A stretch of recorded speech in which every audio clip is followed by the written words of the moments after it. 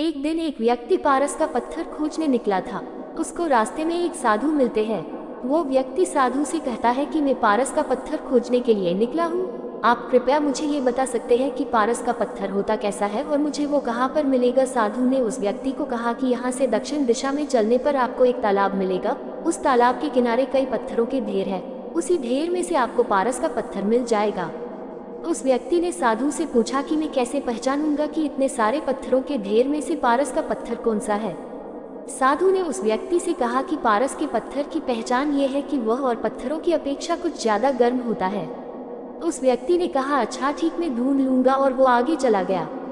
अब वो व्यक्ति हर रोज तालाब के किनारे जाता है और वहाँ पड़े पत्थरों की ढेर पर बैठता है। वहाँ पर बैठकर वो एक पत्थर उठाता है और उसे अपने गाल से छुआता है और यह जानने का प्रयास करता कि यह पत्थर गर्म है या नहीं। अगर पत्थर ठंडा होता है तो वो उसे तालाब में फेंक देता है। इस तरह पारस का पत्थर ढूंढते ढूंढते उसे कई बरस लग जाते हैं। हर रोज घर से आना और तालाब के किनारे बैठना, पत्थरों की ढेरियों से पत्थर उठाना और उसे तालाब में फेंक देना, यह उसका हर रोज का काम हो जाता है। एक दिन ऐसा आता है कि उसे पारस का पत्थर मिल जाता है।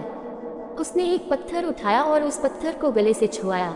इस बार उसको वो पत्थर गर्म लगा, लेकिन हर रोज की तरह उसने इस पत्थर को भी तालाब में फेंक दिया। पत्थर तालाब में फेंकने के बाद उसको यह एहसास हो गया कि उसने उस पारस के पत्थर को तालाब में फेंक दिया है जिसके लिए वो इतने वर्षों से कठोर परिश्रम करता था। अब वो बहुत पछता रहा था। वो मन ही मन बोल रहा था कि मैंने ये क्या कर दिया। उसे अपने आप पर बहुत गुस्सा आ रहा था। वह वापस साधु के पास गया और उसने साधु से कहा कि मुझे पारस पत्थर मिला था, लेकिन गलती से मैंने उसे भी तालाब में फेंक दिया। साधु ने उस व्यक्ति से कहा कि पारस के पत्थर की प्राप्ति तुम्हारा उद्देश्य था और तुम लंबे समय तक उसे प्राप्त करने के लिए कार्य करते रहे। कार्य तो तुम्हें याद रहा, लेकिन कार्य के उद्देश्य को तुम भूल गए। साधु ने उसको ये भी कहा कि तुमने अपने उद्देश्य के प्रति सावधानी नहीं रखी, इसलिए ऐसा हुआ। तुम तालाब के किनारे बैठकर पत्थर फेंकने को ही अपना उद्देश्य समझ बैठे थे, इसलिए तुम अपने कार्य के उद्देश्य को ही भूल गए।